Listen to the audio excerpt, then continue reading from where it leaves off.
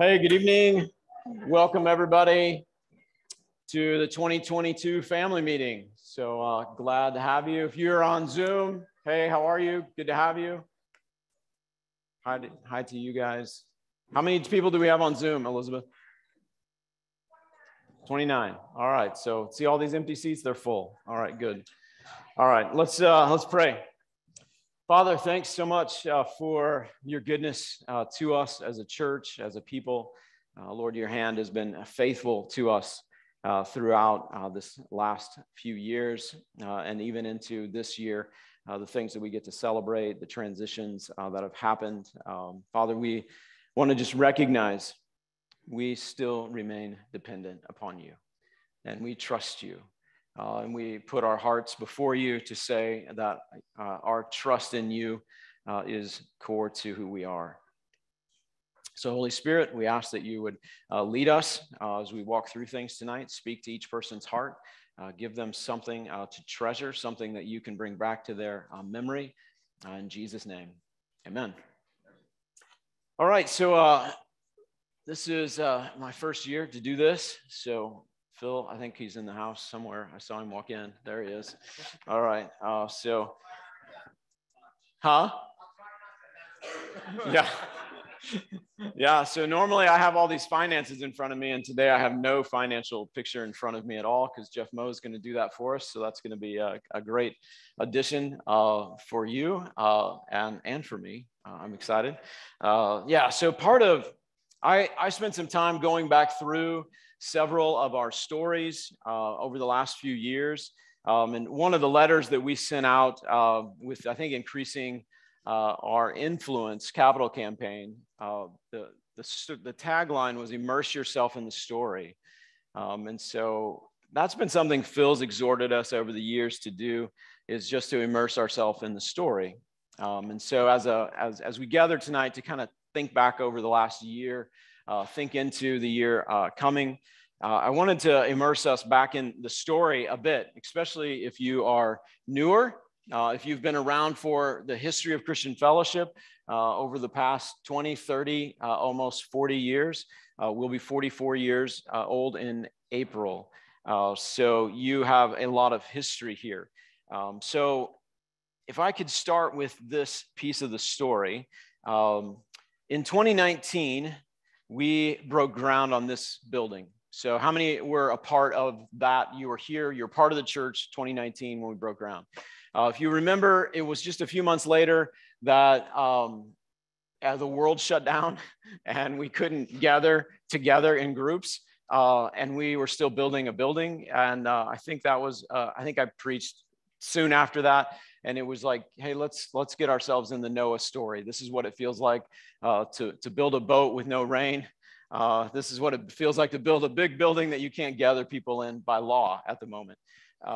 And so that was a piece of the story. So if you were a part of that, if you're here in the last year or two, you've seen this building be constructed. If you've just come in the last maybe 6 months, 8 months, then you came in to this building and have no history of the old building.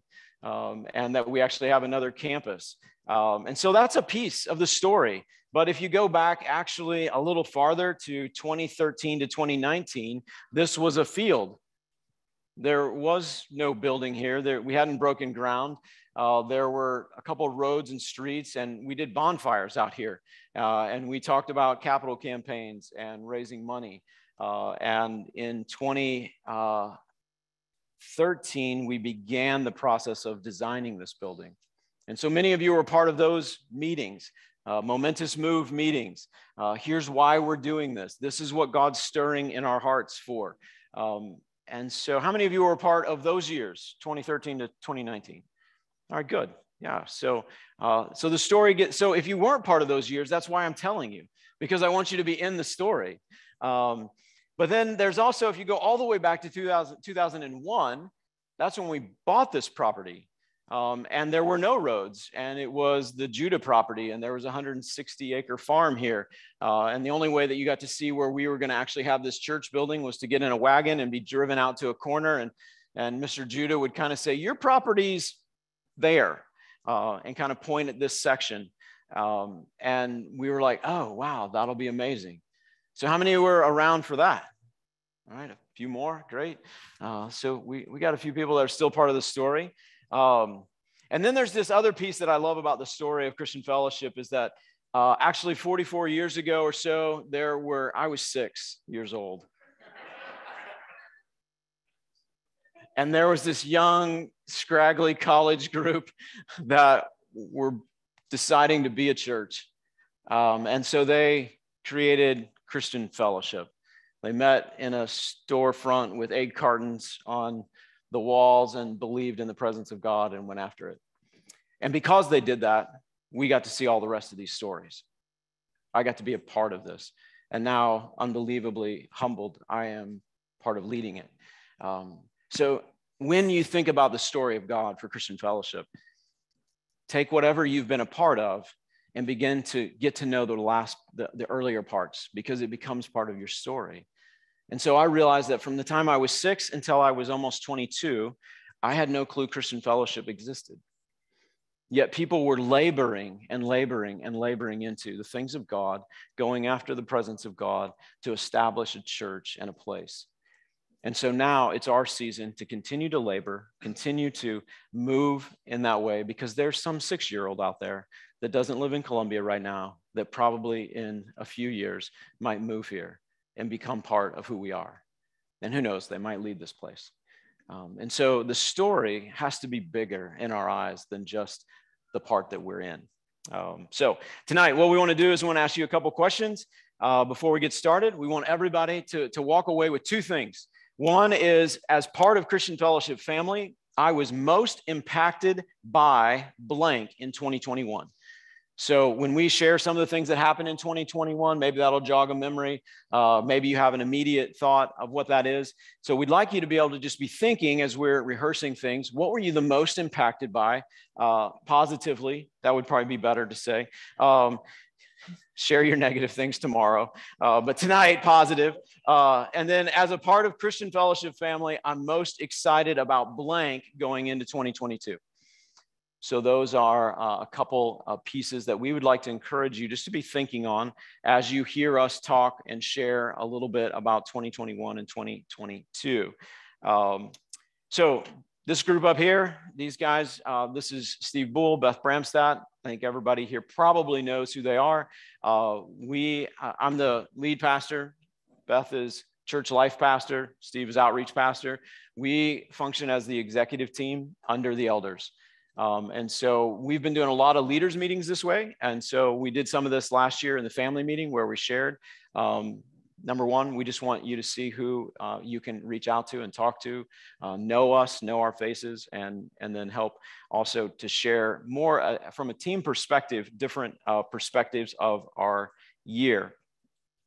One of the core distinctives, I think, for 2021 that I want to make sure that we think about is the goodness and the faithfulness of God to us as a community.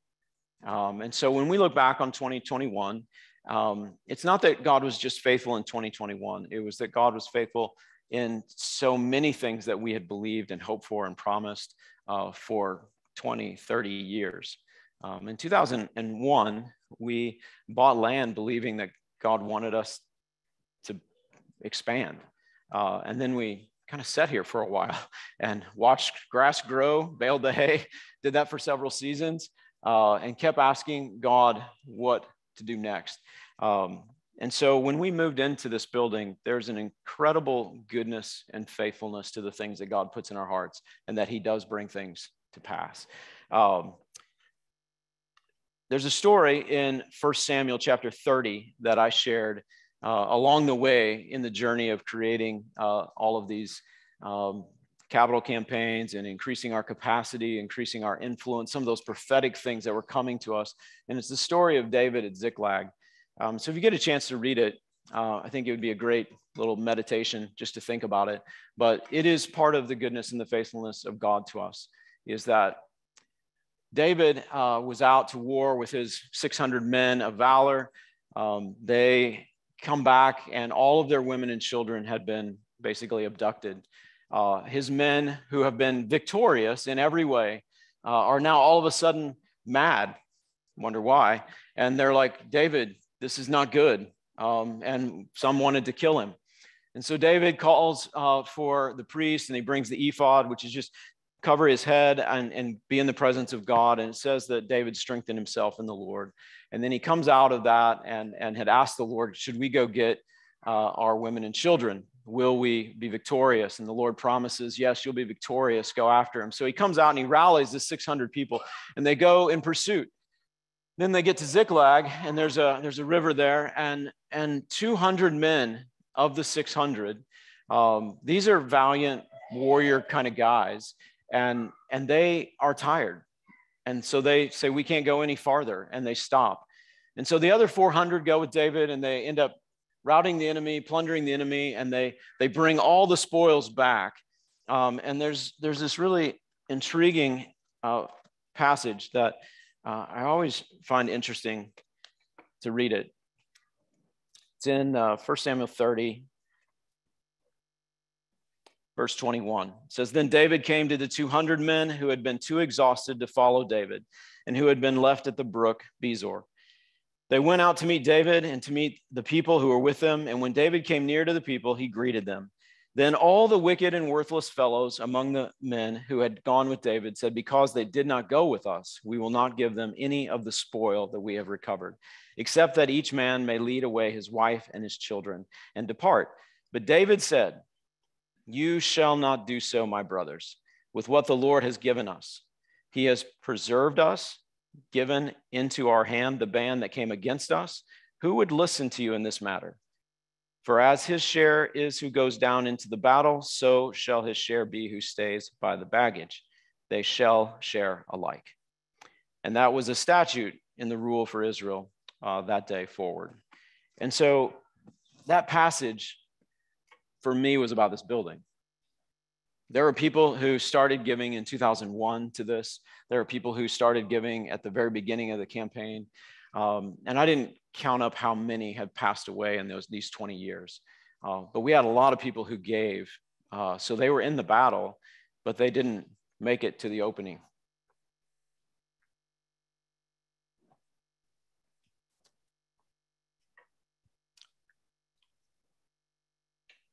And there's a lot of people who didn't give anything.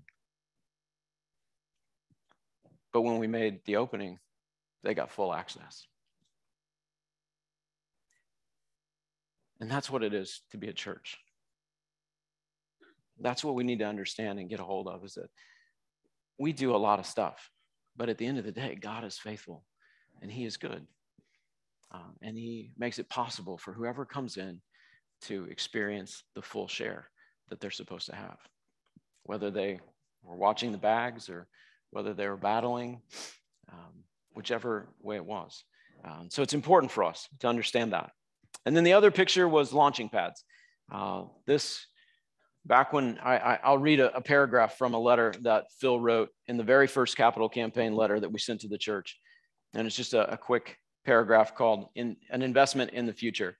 And it says, when we came into this process in 2012, Michael Laycock, our administrative pastor, had just returned from India, where he visited some of the most impoverished areas he'd ever witnessed. He struggled to understand why God was leading us to plan for a multi-million-dollar initiative here in Columbia, Missouri, when there were more glaring needs in other nations.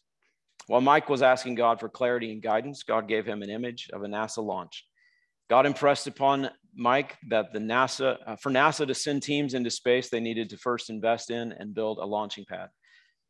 What Mike came to understand was that God is leading Christian Fellowship to establish a launching pad here in Columbia, from which people will be sent out to share the gospel in our city and in the nations. We believe that God has many great and wonderful things planned for us. This building project is just one more step in the direction of fulfilling those plans. It will not be a conclusion of our work. There are many more stories that will be told. We believe God has called us into a 100-year plan. That plan involves positioning this church in a way that allows for future generations to fulfill the things that we cannot accomplish during our time. God is preparing us to do things beyond ourselves, beyond our own needs. This is an ever-evolving plan or story that continues to unfold before us. We are just taking the next step in this plan. Each person that joins our church family along the way joins the story of where we're going. Our history becomes their history. Our future becomes their future. So I think that's pretty important for us to get a hold of, is that as we think about this last year and celebrating some of the things we're going to talk about tonight, there's a story that's unfolding. And this was not an end. This was just a step in a story that is, I don't know, 100-year plan. We got 79 years left. That's a couple more generations. And then so hopefully somebody will come up with, hey, I think God has a 100-year plan for us, and then it'll just keep going. But right now, since I was here when we launched it, we have 79 years left. I won't be here, but what we do here will be for generations to come, because there's that 6-year-old out there somewhere that's going to show up here. So with that, on target. Good. Beth, you're up. Just keeping time, making sure. All right, well, we're going to talk about coming up first, our kind of a church and organizational kind of report of 2021 and what's been happening, and we'll follow that with a ministry report as well. So yeah, this time last year, those of us, that are here at the church or in the office on a day-to-day basis, things looked very, very different. Believe it or not, we started packing in January of last year. Took us 6 months to pack. I'm just remembering the hallway upstairs where the offices were at the Kings Meadow campus, full of different stacks and parts of the hallway of things to shred, things to give away, things to keep, things we were selling, just trying to sort through everything and get ready for this move. And in terms of the weekend, we were still under COVID restrictions this time last year, so things didn't look like they do now. And so all of that was leading up to moving into this new building. And so that was one of the most significant transitions, obviously, of last year, was moving into the Chapel Hill campus. And so we have some pictures of that first weekend. If you guys remember, July 11th, our first Sunday in the new building. That one says, yeah, we're here. And so, yeah, there's a couple more of worship and just people gathering in the lobby of our third service choir, singing and joining us. So just a fun-filled weekend getting to celebrate the new building. And as part of that as well, we did, if you guys remember, a volunteer training. If you were here beforehand, trying to get used to all the new systems and how everything was going to work, where everything was located. We got to do a ribbon cutting and building dedication, as well as an open house for the community where we invited all of our neighbors in the surrounding community to join us. And so those are just some of the fun things that happened around our move into the new building. In addition to that, I would not have planned it this way for us to expand our school ministry the same year that we opened up this campus. But last year at Kings Meadow, in the school ministry, we were able to do a ton of renovations. I think it was right at $1 million worth of things happened at Kings Meadow at the same time we were launching this. We opened up, renovated the elementary hallway into 4 large classrooms so that we have 2 kindergarten and 2 first grade. So we doubled kindergarten and first grade last year for the fall. We opened up 3 new classrooms all across that main hallway. If you remember walking into the auditorium, all of that is now pre-K. So we have a 3, 4, and 5-year-old preschool, 49 seats. It's year round and it's full. So we just opened that in August. Yeah, so it was amazing. We also added 2 more modular trailers behind the 5,000 building so that we could absorb some more needed space for middle school, high school math classes. We took over the 5,000 building where the children's ministry was at and created a brand new science lab. I think Jack Richens has been waiting for 35 years for that. So he was super happy, built his own science desk and everything. And then we also created a whole art room out there with, sinks and space for them to do all the crazy art stuff that they want to do. Natasha does a phenomenal job with our art classes. So anyway, those were some of the things that we got to do at Kings Meadow for our CF school ministry. And we would have never planned that all of that would have happened the same year that we moved in. But God made a lot of provision, and Jeff will speak to that here in a little bit. We also had some staffing changes.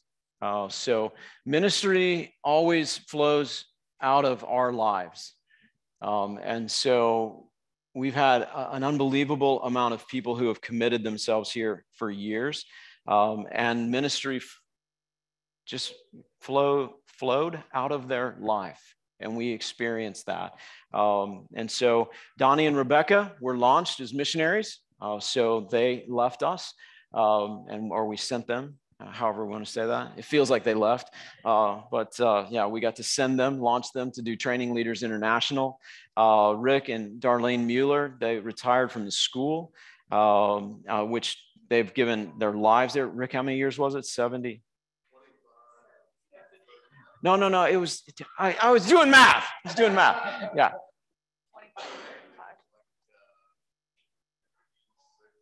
Okay, 56 total years together that they served in the school ministry. So Bob Hahn, who has served here for 30 plus years, taking care of our facilities, was unbelievable in getting us all set up here, leading our facility team in the move and transitioning. And then at the end of the year, he transitioned away. And then, of course, Phil and Deb Schaefer have stepped into retirement and still in the process of doing that. But their lives have shaped us. And I was doing a little math, and I think I was somewhere around 200 years of service just in those 4 people that transitioned. And if you add in Dan Baracco and Clay Spencer, our other pastor emeriti, I think I was close to 275 years of service. So when you think about our church experiencing some transition, you don't take 275 years of like ministry flowing out of somebody's life and not feel something. So if you're feeling something, you should. We've had a lot of transition, so. Yeah, and so with that transition, I mean, obviously one of the biggest things is that now this guy is our lead pastor. And if you remember, there was that just incredible Sunday back in November where we got to just celebrate that together. And so, you know, we just wanted to kind of, you know, make sure that people knew that, you know, coming out of this last year and how blessed we are. You know, I mean, I know, for myself, you know, it was funny, you know, when Mike was having us raise our hands for like, when you were here, and I'm like, nope, wasn't here, you know, but then back in 2001, I was here, and, you know, we were here together, and I know for myself, I wouldn't be back if it wasn't for my friend. So, and I think for so many of us, that's just true, and we are blessed because of that. We also want to just kind of let you know, kind of, with this year, you know, there's been changes with who is on the eldership team here, and so we have kind of a slide of that now, and you'll kind of see on this list you've got kind of who the elders are, and so it's Mike. Phil is still serving on our elder team at the moment through August, is that correct? And maybe me on through August, yeah. Scott Williams as well, part of the team. And then in November, we had the opportunity to grow that team. And we are so grateful for the opportunity to kind of step into things with Nene Peter and John Claude and Timper, and kind of what they bring with how they lead in our third service, but are also now stepping more into leading us as a church together. And then Bruce Moe also has stepped in there in a non-vocational eldership role to help steer the church, and myself as well on that team. And so this is the team that we are kind of moving forward with. We we were in a meeting, elders meeting the other morning, and I think Scott had to leave early, and Phil stepped out for something, and Bruce wasn't able to be there. He had another meeting, but Mike, John Claude, Nene, and I were there, and we kind of looked at each other and Mike went, well, this is it. and it was, and we smiled and we enjoyed, you know, each other and going, okay, yeah, this is where God's taking us. And we're excited to see where God grows that as we move forward as well. So that's our eldership. And, you know, and like Mike said, we, as an executive team, we kind of come in the day-to-day underneath that team. And then we also have a fantastic set of pastors as well. So again, changes this year where we had the opportunity in November to bring Deb Schaefer and Beth Bramstedt on into kind of pastoral roles there to join the rest of that team there. And we Obviously, there's now some changes very quickly there with where now Deb is transitioning to a pastor emeritus position as well, and then we know that Phil has stepped away there. But this is these are your pastors who, and then Mark as a part of that, and then the elders there also as we lead the church. So that is that pastoral team here in the church. So another thing we've kind of been joking about a little bit this week as we've been going over this is, what are the chances and how often is it going to happen that you transition to a new building and transition leadership in the same calendar year? I don't know many churches that probably experience both of those things that close together. So it really has been just a unique time. And so part of what we wanted to do, because we wanted to update you kind of on some of the other staff transitions, but because of everything that we have explained, we have more new people on the team than we have people that have been around a while. And so we just decided we're just going to introduce everybody because a lot of people have switched roles as well. And so I lead the church life team, which is a lot of our ministry staff. And so I'm going to go first, and then Jeff's going to introduce our admin team, and Steve's got a couple as well. But so if I call your name, stand up, because we want everybody to see you, and just stay standing. We'll have the whole team stand up, and I'll go kind of quick. But in the areas of pastoral care are Tara Freeman, our director of member care, and Joe Scott, who has transitioned this year to our director of healing ministries, as well as Rachel Clark serves as our volunteer coordinator for healing prayer. So that is in the healing ministry, pastoral care area. Then we have our family life team. So if Kaylin Briscoe can stand up, she's our director of children's ministry, and Cody Riggins, director of youth ministry. In the back, Becca Younger, I don't think is here, but Cody came on this year as well. So did Becca at the end of the year to serve as their coordinator to help them facilitate their ministry. As well as we have Mitch Clay and Miriam Knight, who are new positions. They are chaplains for Christian Fellowship School, which is a new position that we added this year to kind of extend spiritual formation across all ministries of Christian Fellowship from the church into the school. So we've been able to add them over there. Then we have our events and communications area or team. So Becky Hodil is our events coordinator, and she's over here. And Becky Jo Roberts is on the other side, our communications director. So those are the Beckys. And then our adult ministries team. So Mark Golaski, connections pastor, his role transitioned this year as well as Cody came on.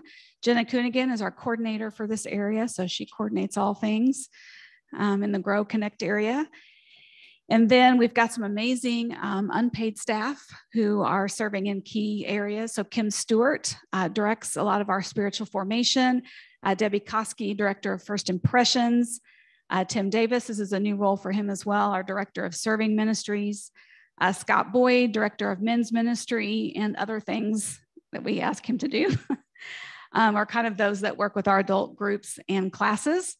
And then as well, we have Elizabeth Stott, who is, she went, of course, a lot of them teased me. They were just going to get up and go to the bathroom when I asked them to stand up. So Elizabeth serves as the executive assistant for the senior pastor. So she's made that transition to Mike. And then Belinda Whitaker is our receptionist. And I don't think she's here either, but she's the one that will answer the phone or be there to greet you when you come in. So I think that's everybody, but that is the church life ministry team. Yeah.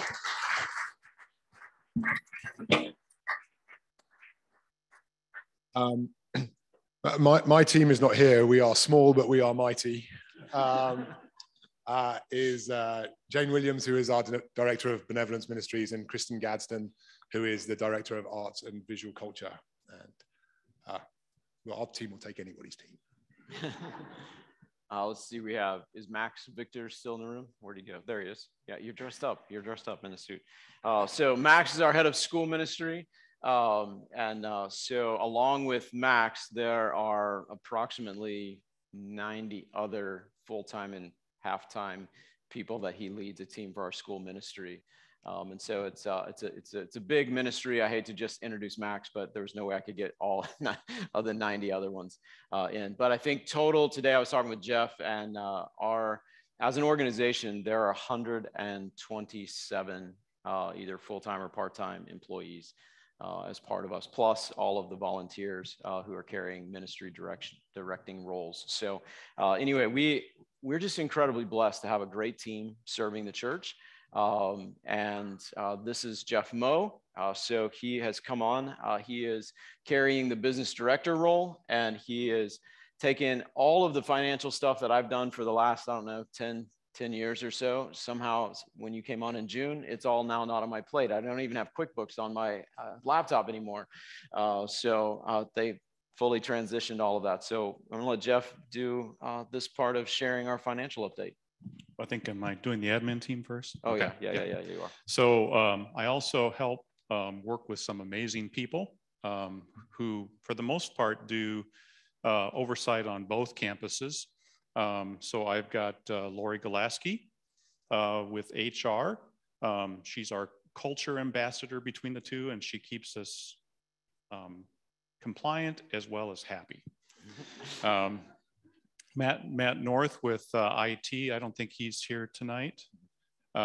Andrew, the guy behind the scenes. Thank you, Andrew. And then we've also have a wonderful maintenance team. Derek Stott. Derek is probably in the bathroom as well. Brian Collier, Gus. Rick Davis, and then Pete Goodman is kitchen coordinator. Yes. And so, yeah, I'm elevating you right now. Yes. This is also how things happen. Yeah. As you come to meetings like this and things can it's happen. now official, Pete. So thank you all. Yeah.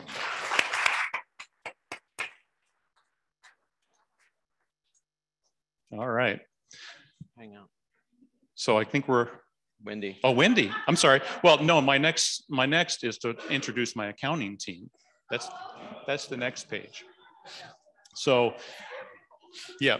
So no, we had the maintenance, and then my accounting team that works with me. Wendy works on the church accounting books. So she's amazing. Cindy Timbrook has taken over on the school accounting, and Amanda Shoemaker works with Wendy in the church office. Yeah, so.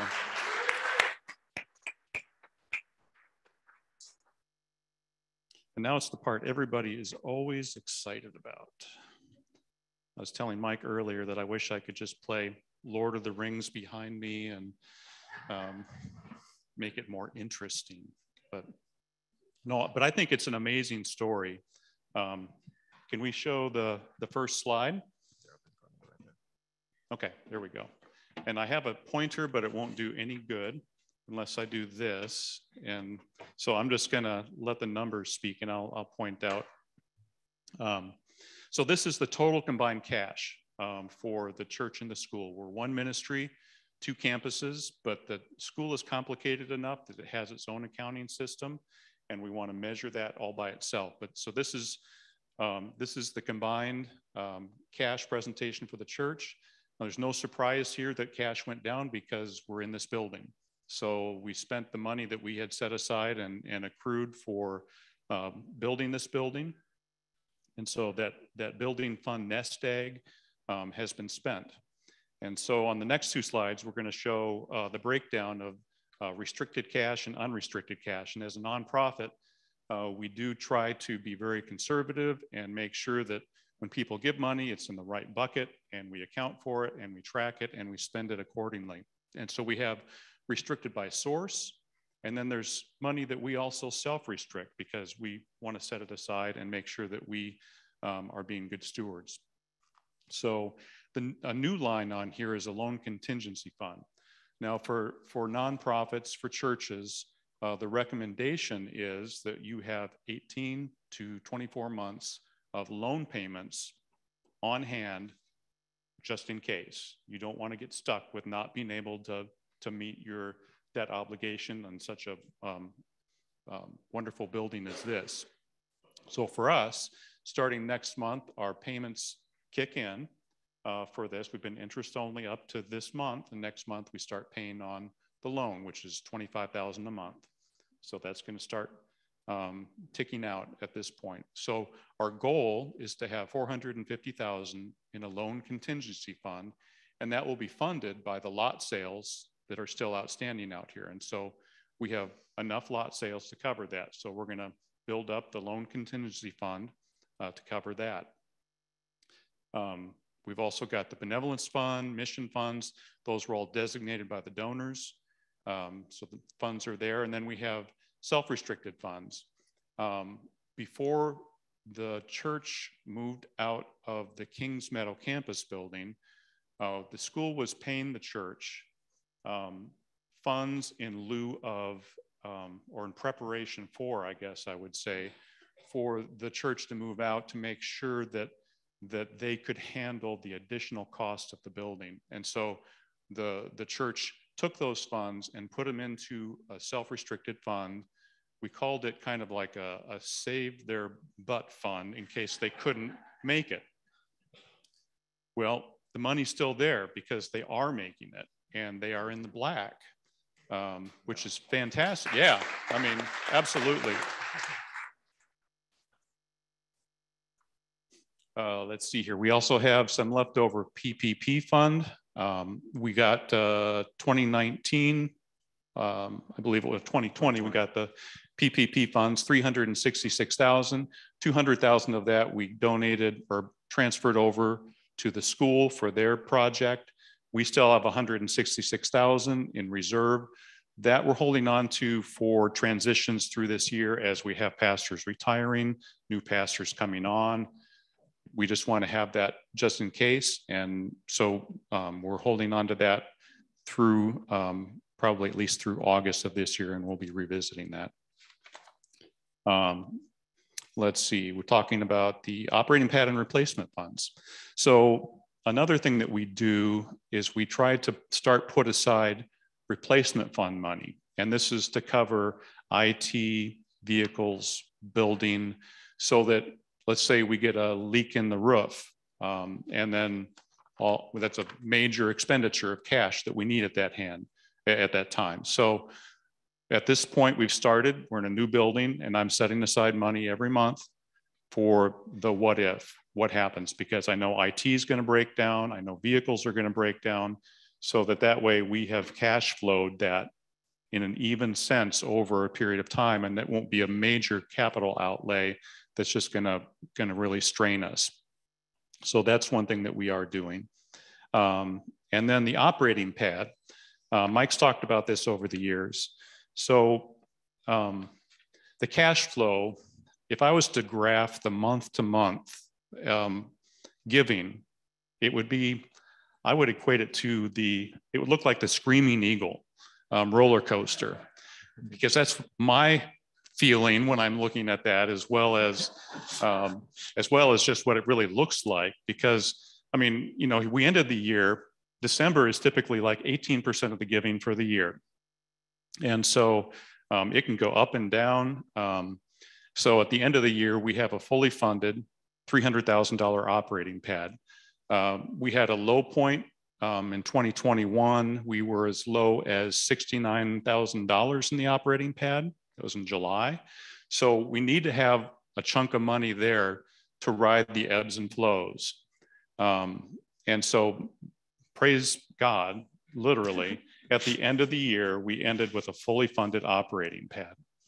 Yeah. So I'll interject that Jeff's first few months, I'd walk in and he's like, how do you do this week to week? And I was like, oh, you don't look at it ever week to week. That's impossible. And so Jeff both dies and praise the Lord like every couple of weeks, because that's just the rhythm that he's in right now. Yeah, I think my phrase was, how does this work? I'm not understanding that. Yeah. So yeah, we do have the operating pad, and I'll say now as of like January, we were into the operating pad. We had 225,000 out of the 300. So already in January, we know that January, February are low months, and we dipped a little bit more in February, which I haven't presented yet. But you know, that's just the reality of. And I wish I could say that, well, let's just manufacture a few more, what? to get more money. It just doesn't work that way. Okay, let's go to the next slide. Christian Fellowship School. So this, very similar. This is the cash balance, $524,000 for the school. They're halfway through their school year. So, you know, we look at the church and it's a calendar year. We look at the school and their fiscal year ends at the end of June. So they've got $95,000 in programming funds. These are funds that are specific program related funds, athletics, science, art, things that have been collected directly out of those programs. They have a replacement fund built up balance of $147,000. So, and that building is aged, and so it needs maintenance. And so that's a fund that we tap into to help cash flow that whole process. So they've done a very good job of building that up. School-wide fundraising for this year, $81,000. That was through December 31st, and more fundraising since then. And then unrestricted, $199,000. Now that's their operating. So they're still collecting money from tuition as they go along, but my projection is that the school will end the year in the black, probably $150,000 in the black. So yeah.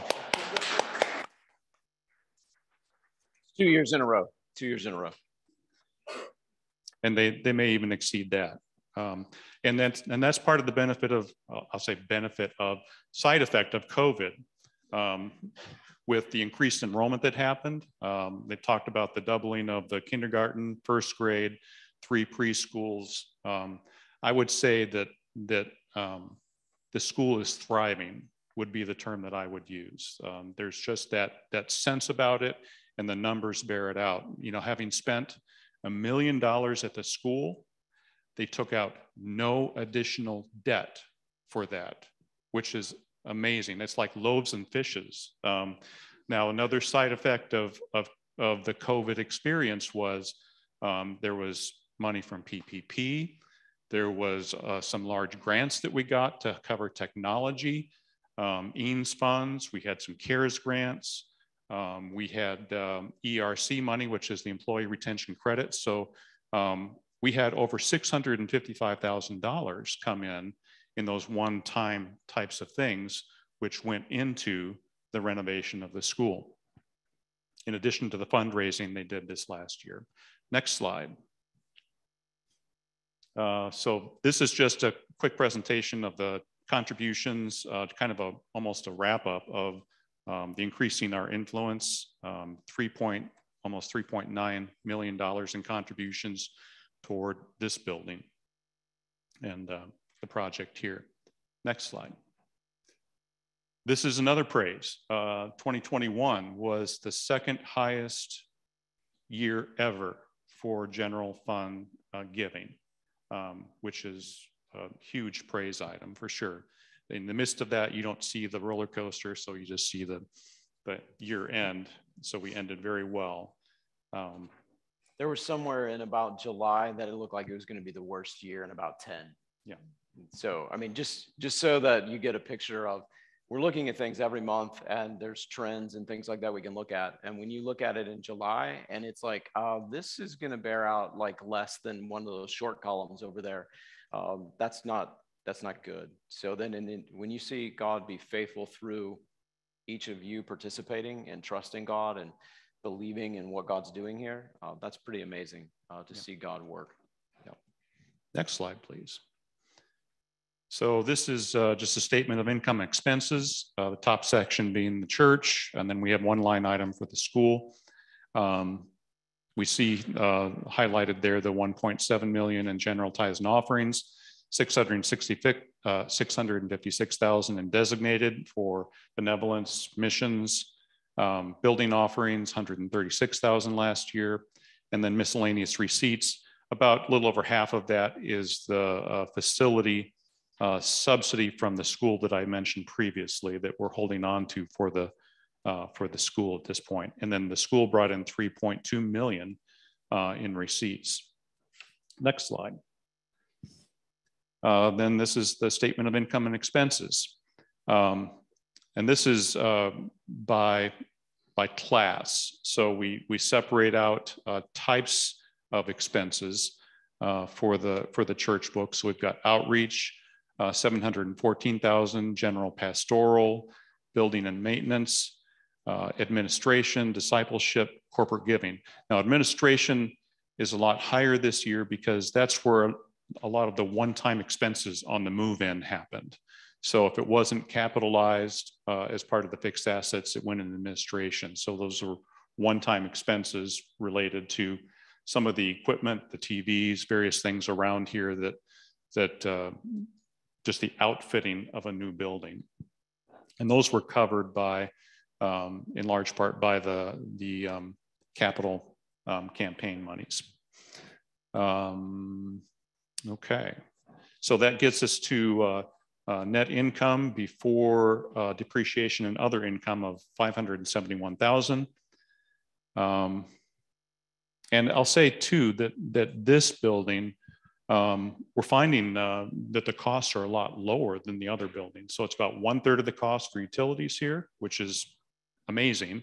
I mean, it's a very efficient building. And one of the things that we're having to experience now is snow removal at 2 buildings.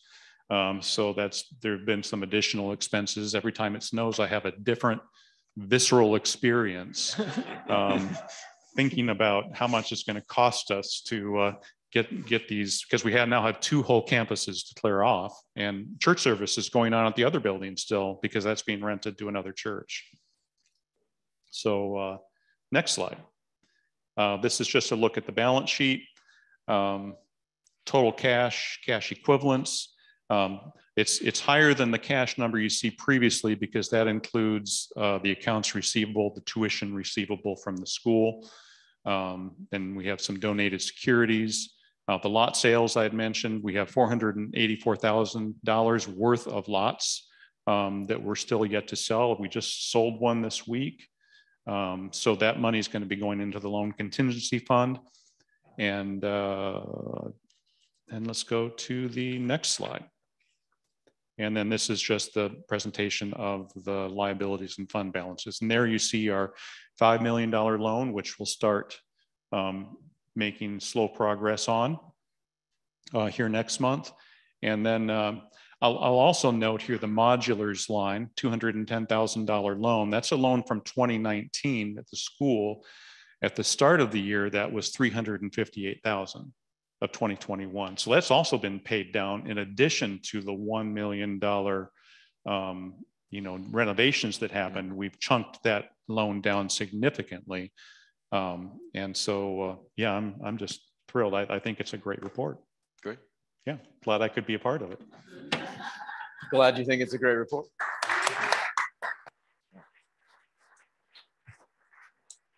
Thanks, Jeff. Thank you. It was a great report for me too, because I didn't give it.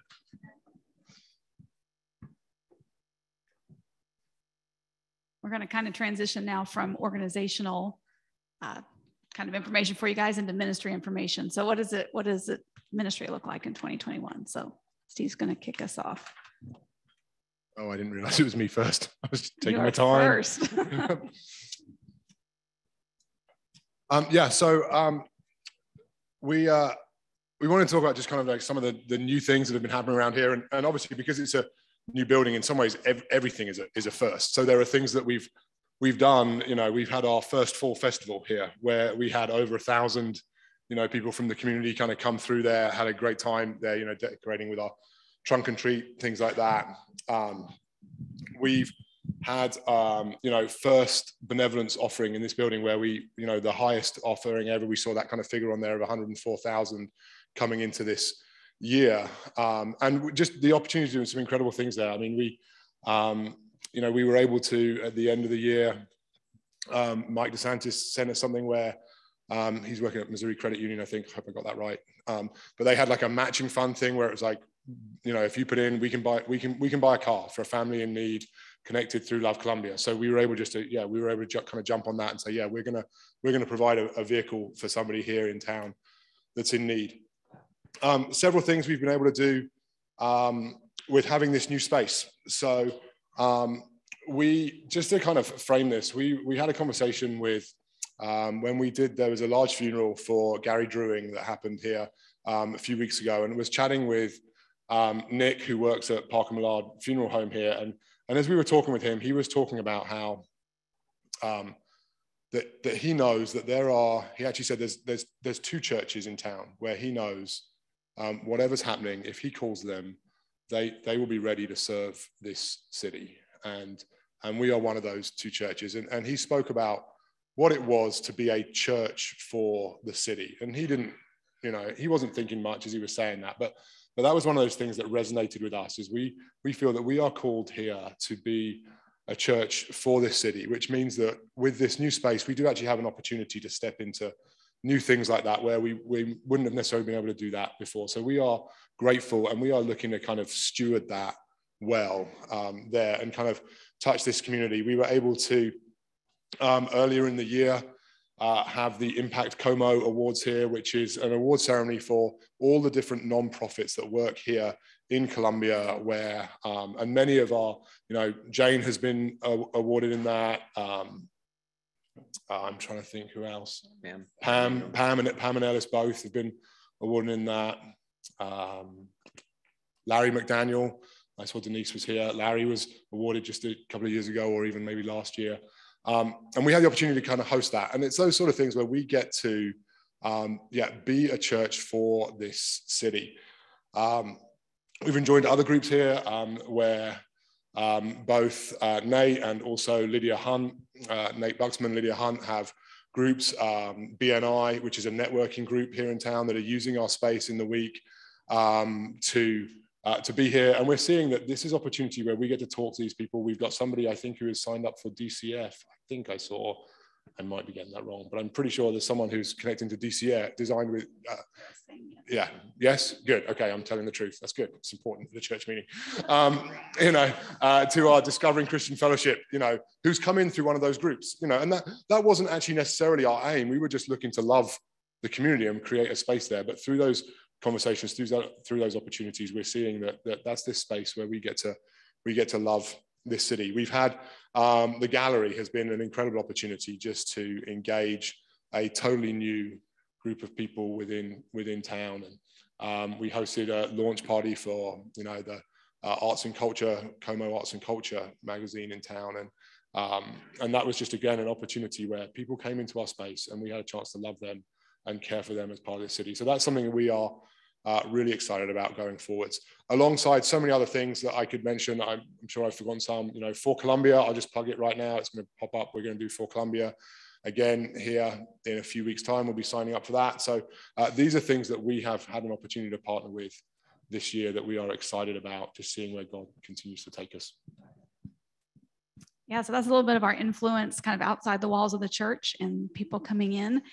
And so in terms of church life, I want to start with a few statistics. I should have brought the notebook with me because I'm going to read you some numbers, but in the notebook where we have all of the information, it lists every person's name that is associated with each of these numbers, which is really important, I think. And so for 2021, we have 1,323 active adults, kids, and youth as part of Christian Fellowship. We had 10 births, at least 10 that we know about, 4 deaths, 8 people who got married, 9 baptisms, 40 new members. We appreciated more than 280 volunteers, and we have about 120 adults on average in our midweek classes. So that's just kind of a little snapshot of what church life looked like in 2021. In terms of new ministries and things that are going on, like we've mentioned with a building transition and staff transition, it feels like almost everything we're doing is new or is rebuilding something, which is an exciting time to be in. It's a lot of information to try and communicate to help get people connected, but it is an exciting time. So here's just some of the things that we have done or have been happening last year and into this year. We kicked off healing ministry nights on Tuesday nights this semester. So we have 3 different classes meeting Tuesday nights here, as well as healing prayer is happening. Wednesdays at CF kicked off in February. There are about 175 attending that. So that's about 100 adults. We've got 40 teenagers in CF Youth, CF Kids is happening, as well as we have a college group that has quickly outgrown their classroom and is just kind of sprawled into the foyer. So it's been a really fun, this is a really fun time if you're here. The place is buzzing on Wednesday nights, multi-generational things happening here. We also continue with our core classes. So if this is something you haven't heard us talk about, there are a series of our classes that we offer multiple times a year in different formats, different nights, because we believe they're really critical to, if you're going to be part of CF, these are things that'll help, just help you grow in your relationships with God and yourself and each other. And so some of those are Designed with Purpose. That's our spiritual gifts class. It's currently just finished. Discovering CF, which is our membership class, just started. And then Changes That Heal is part of Tuesday nights right now. So it's a healing ministry class. Anticipating Antioch, this is the first time we're offering it. So the leaders have done it, but it's the first time we've offered it to the whole church. So Nate and Lisa and Pam and Ellis are leading that on Wednesday nights as well.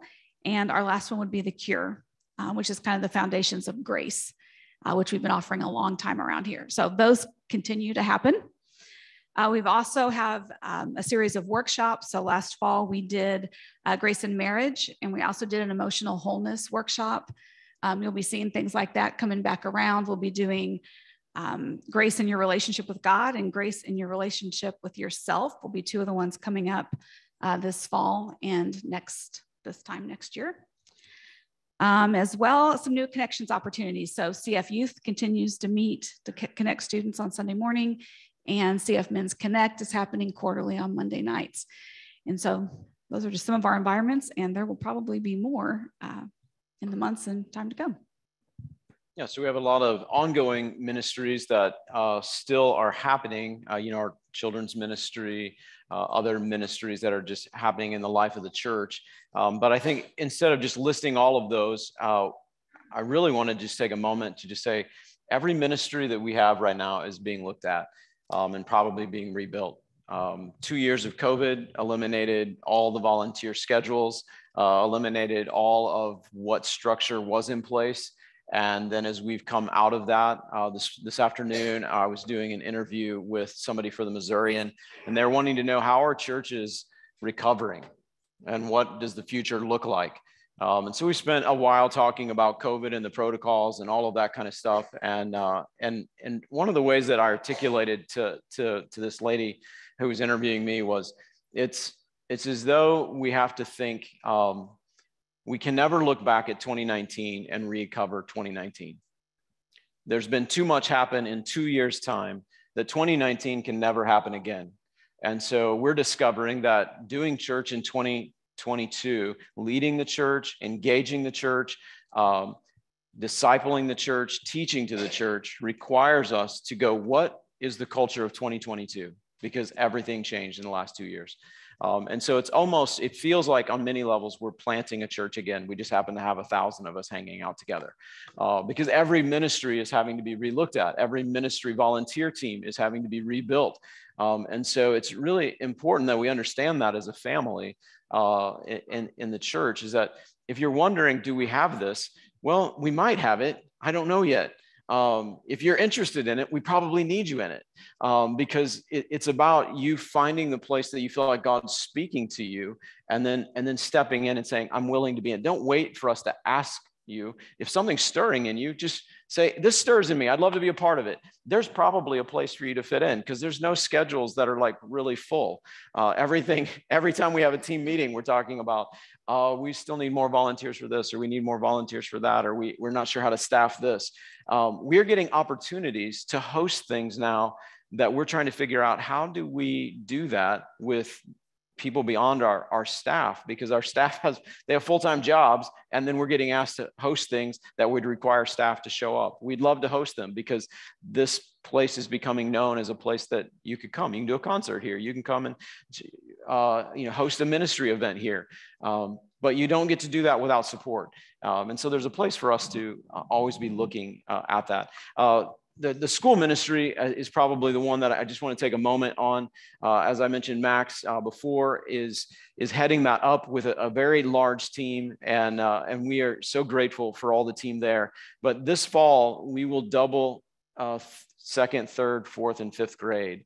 And so we're having to create more space so we can double those classes. Right now, we have 100 more students than we had 2 years ago. So pre-COVID, we were in the 270 to 300 mark. We're at 386 now. And so our space is being pushed. So you think move the church out, we'll have plenty of space. Not if you add 100 kids in 1-2 years time. And so we're actually got a couple of plans. We've been working on this since July. I'd love to show those to you guys just so you can see what's going on at Kings Meadow.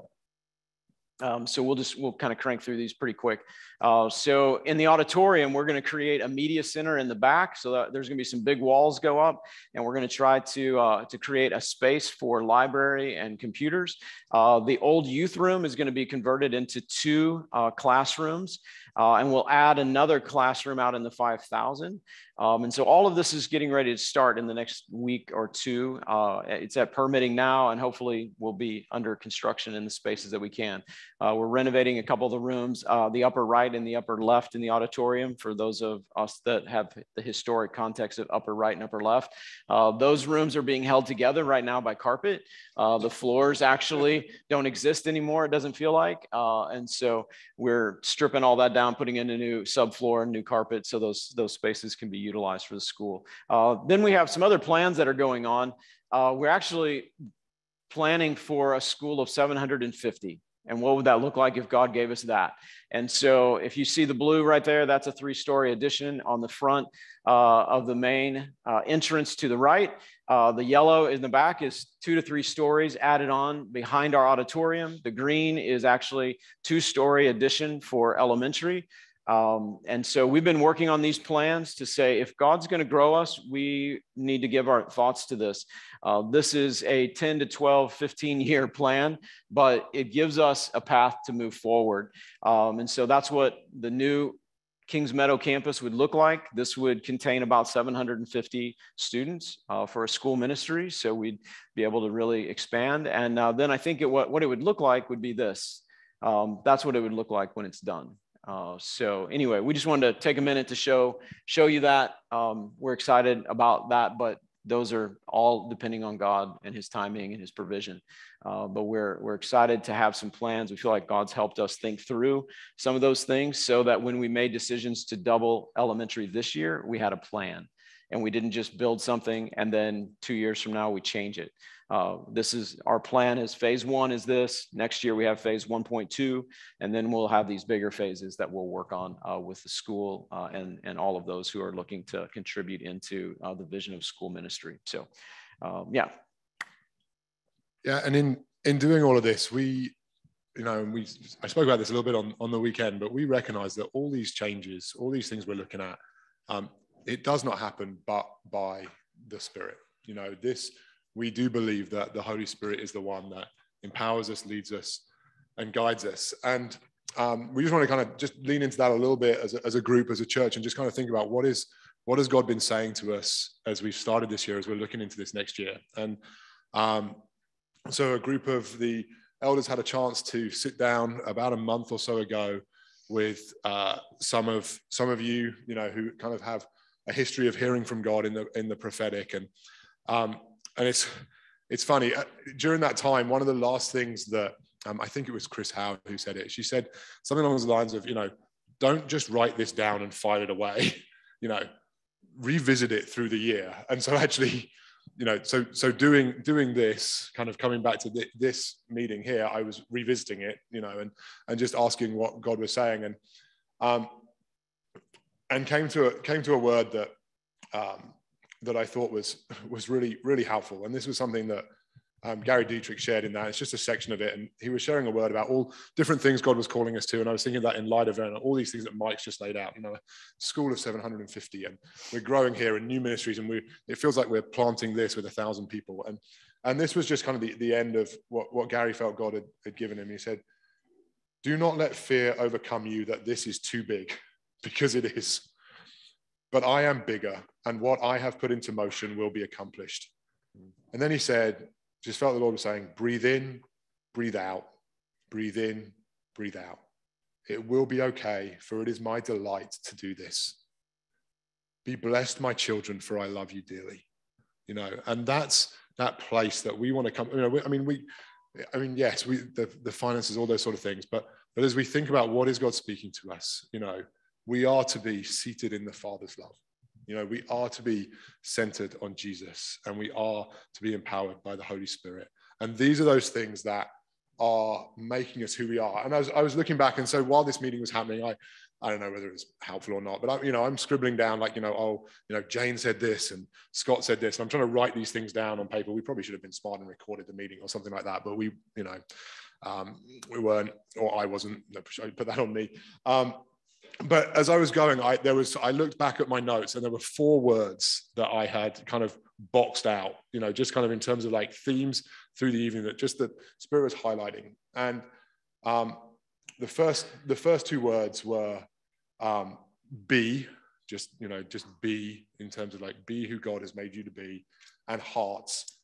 And there was this sense that in all this activity, in everything that we're doing, that we're talking about, we are being formed by the Spirit. God is forming us, and that happens relationally. That's where, that's that, that piece that we want to lean into. I was remembering back to a year ago when we were looking at kind of who we are as a church, and we were saying, what has the Holy Spirit been saying at this time? And I remember Joe's picture of another pillar, of what God's building into the church. And as we lean back on our history and our prophetic history, even as we're doing, things with anticipating Antioch, that's leaning back on something that God spoke to us as a church back in the early 80s.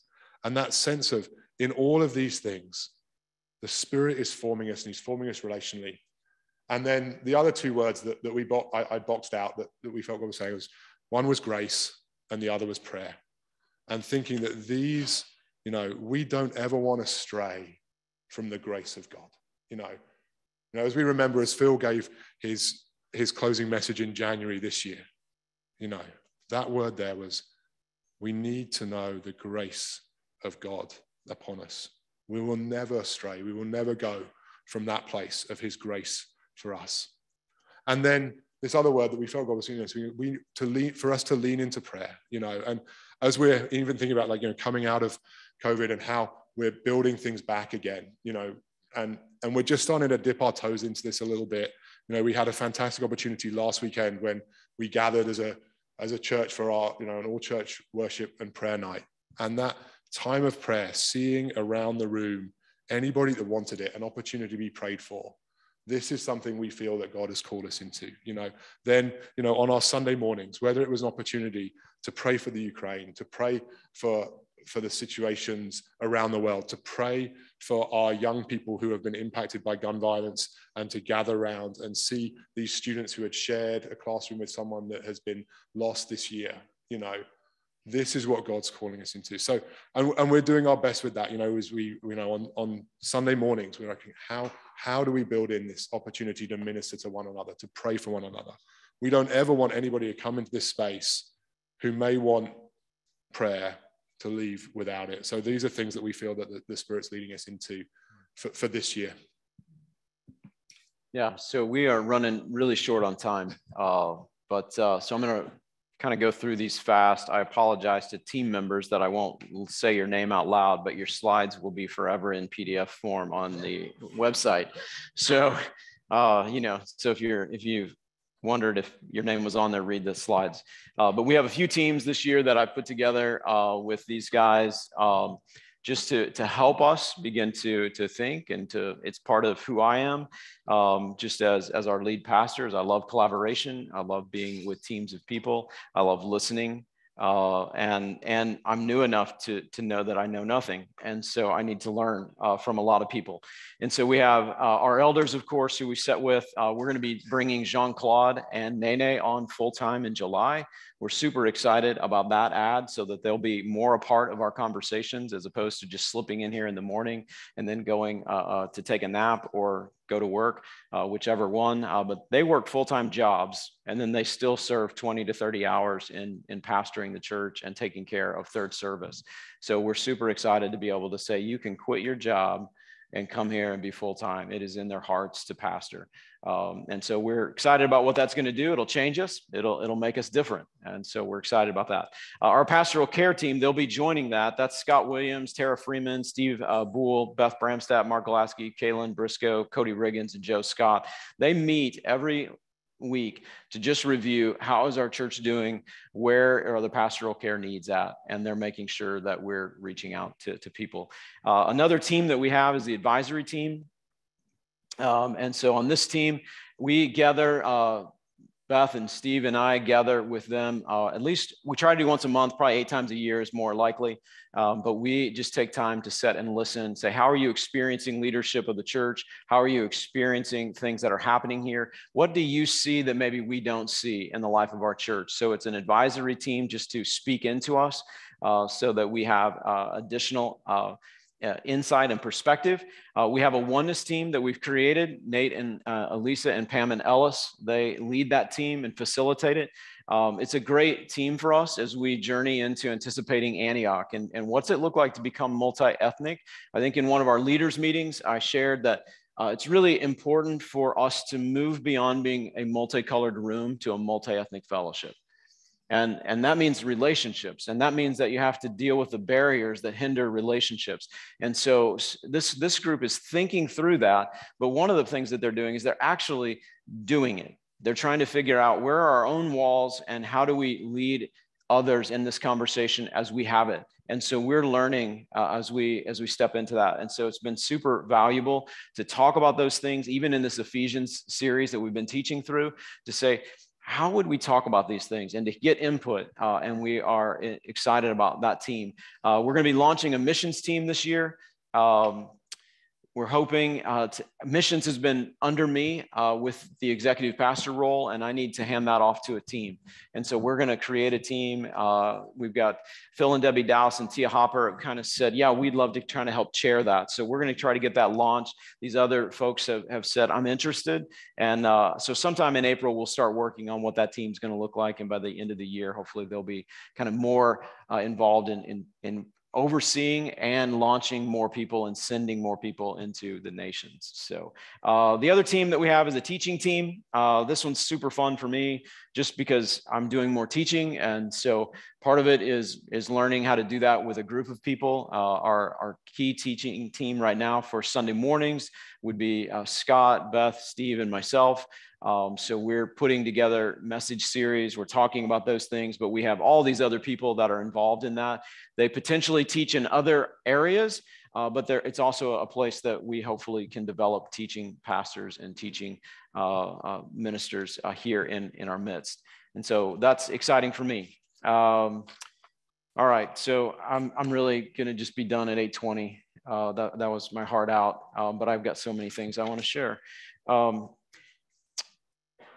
So it's really important for us as we head into 2022, for me as new lead pastor and where we're going, is that my journey ends up being your journey because that's just how it works. Sorry.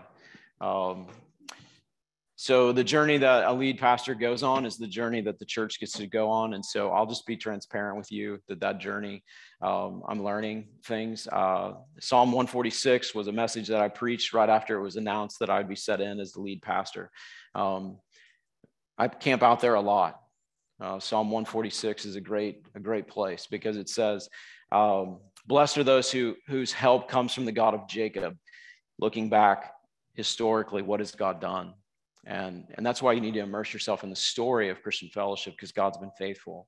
And then there's blessed are those who hope in God. So we look at this future, we hear that word, that prophetic word, and we go, I'm hopeful of what God is going to do.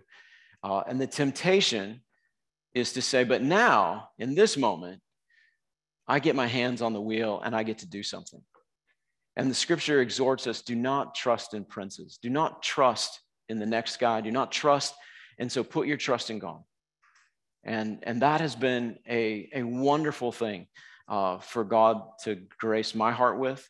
and for me to be able to share with you is that we will keep trusting in God, and we will keep leaning upon his faithfulness to us in the past to get us to this current moment, and our hope in him in the future. But in this moment, we won't grab the wheel and say we can make something for God. We're going to let God deliver us into something, and we will always be in a receiving place. So I think it's super important for us. Yeah, so wow. Okay. Whole nother page. Bless Jesus.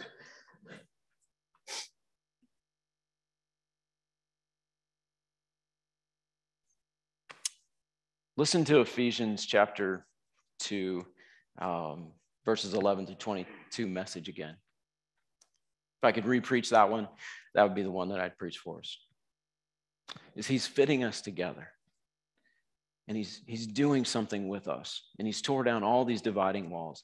And we have an opportunity to see God do something in us as a church that probably not many churches get to see. We have something that God has brought us right up on the beginnings of. And it's an amazing thing to think that we are God's poetry, Ephesians 2:10. And he has this work for us, but it's not work that we do for him. It's the work that he laid out for us to get to participate in. And to see the church built, and to think about the 6-year-old who doesn't live in Colombia, and that we're doing something in the next 10 or 15 years so that Christian Fellowship exists when he shows up on the scene. That's what we're doing. That's what's important. And I wanted to answer the questions that we ask for you. As a part of Christian Fellowship family, how are you most impacted? So I hope you have an answer that you can write down of what happened in 2021 that most impacted you. And then in 2022, what are you excited about going into? But I decided to answer the questions before, just so that I had made myself do the work. And I'll leave us with this, and then we'll be done. So my most impactful moment in 2021 was Israel, Charlotte, Alexa, Elise, Hayes, Liliana, Torin, Cademan, Tilly, and Nehemiah.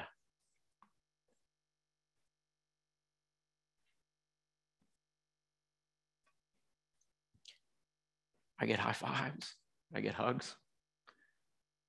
They leave their parents and come and stand next to me in church. They tell their parents to come back and find me. I love that.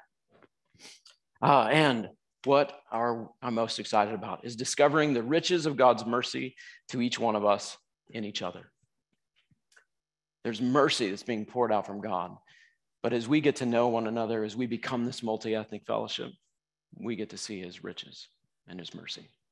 So anyway, thanks for being at the family meeting tonight. It's great to have you. Yeah.